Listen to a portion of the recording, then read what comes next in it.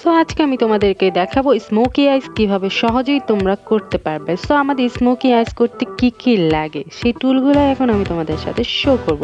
First of all তোমার আইটাকে সুন্দর করে কনসিলার দিয়ে সুন্দর করে সাজিয়ে নেবে। দেন তুমি একটা ব্রাউন কালার শেড নিয়ে ওটাকে ব্লেন্ড করবে। ব্লেন্ড করার পর তুমি একটা ওয়াটার প্রুফ ব্ল্যাক কাজল নিয়ে নেবে। আমরা তো অনেকে আইশ্যাডো দিয়ে করে থাকি। দেন তুমি একটা কাজল নেবে।